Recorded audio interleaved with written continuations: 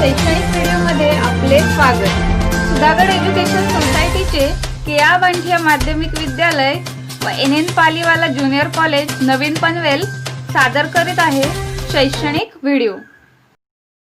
Hello friends, today we are going to learn Science Part 2, Lesson number 4, Environmental Management, पर्यावरणीय व्यवस्थापन. In this lesson, we see first the review of ecosystem. We know that ecosystem is formed by biotic and abiotic factor and their interaction with each other. Each factor in the ecosystem plays important role. First, producers.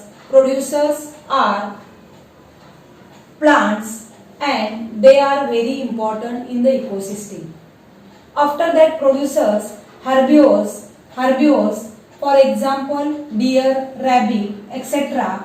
They are feeding upon the producers. Therefore, they are also important in the ecosystem. After that, herbivores, carnivores are come.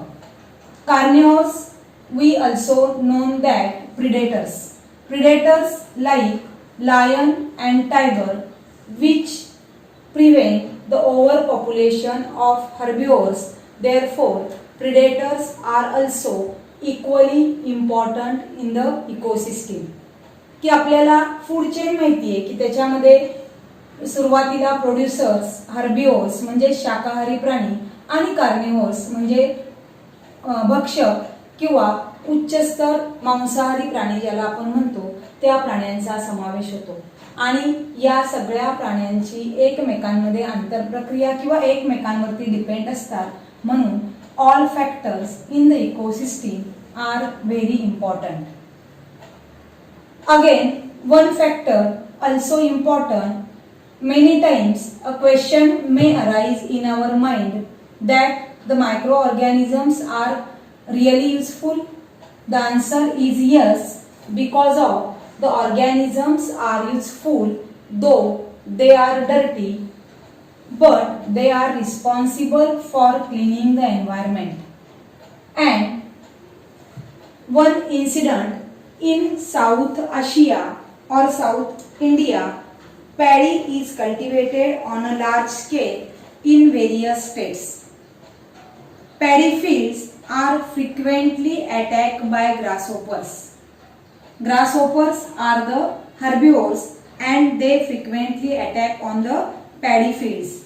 Similarly, frogs are also present in large number in the mud of paddy fields to feed upon that grasshoppers, and snakes are also present there in paddy field to feed upon the favorite food frog. Here we see some questions.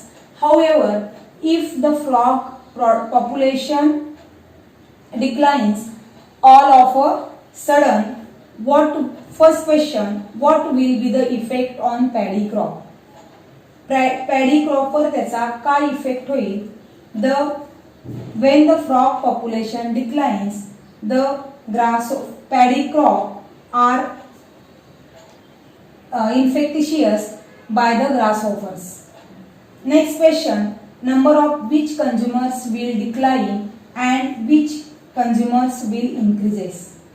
Here the grasshopper will increases because of frog are decline, and the snakes are declined because of also frog are declines. Because of frog population decline or frog decreases, therefore the effect of these on the snake and snake population is also decreases. What will be the overall effect on the ecosystem?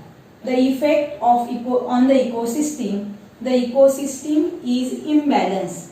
Because of in this incident, the food chain is like this. First, producers means paddy crops, herbivores, then carnivores or predators. Here the frogs are declined, then the increases the grasshoppers, and frog are declined or number of frogs are decreases, then the snakes also decreases. Relationship between environment and ecosystem, पर्यावरण व परिसंस्था यामधील संबंध. Environment is a broad concept in that physical, chemical and biological factors affecting the living organisms is collectively called as environment. It includes many biotic, abiotic and natural artificial factors. There are two main types of environment. One is natural and other is artificial environment. पर्यावरणाचे प्रामुख्याने दोन प्रकार पडतात. एक नैसर्गिक पर्यावरण आणि दुसरा म्हणजे मानवनिर्मित किंवा मानवाने तयार केलेलं पर्यावरण. In natural environment consist of air, atmosphere, water, land, living organism etcetera. नैसर्गिक पर्यावरणामध्ये प्रामुख्याने हवा, वातावरण, पाणी, जमीन आणि सजीव यांचा समावेश होतो. In environment there is a continuous interaction occur between biotic and abiotic factors. Interaction biotic किंवा सजीव आणि निर्जीव पदार्थांमध्ये किंवा घटकांमध्ये कायम आंतरप्रक्रिया त्या ठिकाणी होते. In environment interaction is very important. Artificial environment is also affecting the natural environment directly or indirectly. Artificial किंवा कृत्रिम पर्यावरणसुद्धा नैसर्गिक पर्यावरणावरती प्रत्यक्ष किंवा अप्रत्यक्ष बदल घडवून आणतं किंवा परिणाम करतं. Basically environment consist of two basic factors, that is biotic and abiotic, and the interaction between biotic and abiotic factors of environment is called as ecology. जैविक आणि अजैविक घटकांमधील जी आंतरप्रक्रिया होते त्याचा अभ्यास करणारी जी शाखा किंवा जे शास्त्र असतं त्याला इकॉलॉजी असं किंवा परिस्थितिकी असं म्हणतात. Basic functional unit use to study of the ecology is called as ecosystem. किंवा परिस्थितिकीचा अभ्यास करण्यासाठी जे मूलभूत कार्यात्मक एकक वापरलं जातं त्याला इकोसिस्टीम किंवा परिसंस्था असे म्हणतात. परिसंस्था, पर्यावरणामध्ये अनेक परिसंस्था असतात. पृथ्वी ही सर्वात मोठी परिसंस्था आहे, तर त्या पृथ्वीवरती अनेक जंगल. एन्व्हायरमेंटल कन्झर्वेशन म्हणजेच पर्यावरणाचे संवर्धन. In environmental conservation which factors affect the environment? The factors that is the natural factors and some artificial factors harm the environment or effects on the environment. These factors creates imbalance between various factors of the environment and ultimately affects the existence of the abiotic factor.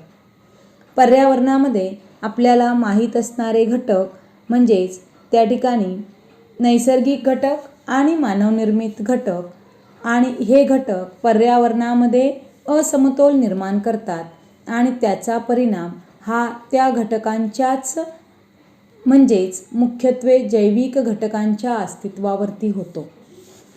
At present many environmental problems have been arisen due to the effect of various natural and artificial factors on the earth. Environmental pollution is one of those main factors.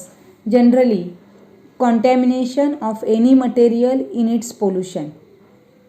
What is mean by environmental pollution? Environmental pollution म्हणजे काय? तर unnecessary and unacceptable changes in the surrounding environment due to the natural event or human activity is called as environmental pollution. Environmental pollution म्हणजे काय? तर unnecessary म्हणजे अनावश्यक, त्याचबरोबर अनॲक्सेप्टेबल म्हणजेच जे ॲक्सेप्ट किंवा अस्वीकारार्ह असतात असे जे बदल असतात ते बदल घडून येणं म्हणजेच या ठिकाणी पर्यावरणीय प्रदूषण होय. and these changes are in direct or indirect in physical, chemical and biological properties of air, water and soil which will be harmful to the human and other living beings in environmental pollution. आणि हे सगळे घटक रासायनिक आणि जैविक गुणधर्मामध्ये कुणाच्या तर हवेच्या, पाण्याच्या आणि जमीन इत्यादींच्या रासायनिक आणि जैविक गुणधर्मांमध्ये बदल घडवून आणतात आणि त्यामुळे ते मानव त्याचप्रमाणे इतर जे काही सजीव आहेत त्यांच्यामध्ये अप्रत्यक्ष किंवा प्रत्यक्ष बदल घडवून येत असतो. मानवी लोकसंख्येचा विस्फोट किंवा ज्याला आपण पॉप्युलेशन एक्सप्लोजन म्हणतो, त्यानंतर fast industrialisation and indiscriminate use of natural sources, deforestation and unplanned urbanization are responsible for the pollution. The factors affecting the pollution, that is the deforestation, जंगलतोड, त्यानंतर indiscriminate use of natural resources, नैसर्गिक साधनसंपत्तीचा अनिर्बंध वापर, वेगाने होत असलेलं औद्योगिकरण, अनियोजित शहरीकरण किंवा नागरीकरण आणि एक्सप्लोजन ऑफ पॉप्युलेशन म्हणजे लोकसंख्येचा विस्फोट ही कारणं पर्यावरणाचे प्रदूषण घडवून आणण्यास कारणीभूत असतात. Which are the types of pollution? The pollution is various types like air pollution, water pollution, sound pollution, thermal pollution, light occurs around us. Ultimate adverse effect of all the living organisms, and out of these environmental conservation has become the need of our. तर प्रदूषण कोणकोणत्या प्रकारचे असतात? तर प्रदूषण आपल्याला माहिती आहे, प्रामुख्याने प्रदूषण हे हवा प्रदूषण, जल प्रदूषण, ध्वनी प्रदूषण, त्यानंतर किरणोत्सारी प्रदूषण, भूमी प्रदूषण, औष्णिक प्रदूषण, प्रकाश, प्लास्टिक प्रदूषण अशा विविध प्रकारचे प्रदूषण आढळून येते. या सर्व प्रदूषणांचा विपरीत परिणाम म्हणजे सर्व सजीव आणि त्याचबरोबर त्यांच्या अस्तित्वावर होतो. यातूनच आज पर्यावरण संवर्धनाची किंवा पर्यावरण रक्षणाची गरज निर्माण झाली आहे.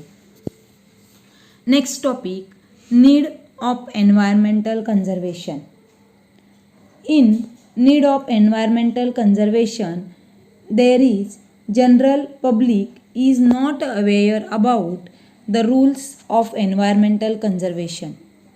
There should be large scale participation of people in environment conservation. It will be possible to answer the environmental problems only if environmental protection conservation become an effective public movement. या ठिकाणी आपल्याला पर्यावरण संवर्धनाची गरज का आहे? तर याच्यासाठी जनरल पब्लिक जे आपले सर्वसामान्य लोक आहेत, या सर्वसामान्य लोकांना पर्यावरण विषयक जे रूल्स आहेत ते त्यांना माहीत नसतात किंवा ते त्यांच्या संदर्भात त्यांना कुठलीही कल्पना नसते. And therefore the large scale participation of the people in environment conservation, आणि म्हणून पर्यावरण संवर्धनामध्ये लोकांचा मोठ्या प्रमाणावरती सहभाग आवश्यक आहे. And therefore or for these purpose value like positive attitude and affection towards the environment, आणि यासाठी आपलं पर्यावरणाकडे बघण्याचा सकारात्मक दृष्टिकोन असला पाहिजे किंवा प्रेम हे त्या पर्यावरणाप्रती दिसलं पाहिजे. And therefore the children should be inculcated among the since their childhood, आणि म्हणून मुलांना बालपणापासून त्यांच्यामध्ये हे संस्कार किंवा पर्यावरणाविषयक गोडी निर्माण केली पाहिजे किंवा मूल्य रुजवले गेले पाहिजे. And these values helps to make the future generation more aware about the environmental conservation and protection. आणि हे जे नैतिक मूल्य आहे तेच त्यांना भविष्यामध्ये त्या पर्यावरणाच्या अवेअरनेससाठी किंवा जनजागृतीसाठी त्यांना महत्त्वाचं ठरणार आहे. Today the undeveloped countries have accepted the responsibility of the environment protection. They have defined the future plans about environmental protection and have constituted the necessary law. आणि आज विकसनशील देश किंवा अविकसित देशांनी पर्यावरणाच्या रक्षणाची जबाबदारी स्वीकारली आहे आणि त्या दृष्टीने त्यांचे प्रयत्न चालू आहे. या देशांनी पर्यावरण रक्षणाची आपली धोरणं निश्चित केलेली आहे आणि त्यासाठी ते आवश्यक कायदेसुद्धा त्या विकसनशील देशांनी तयार केलेले आहेत.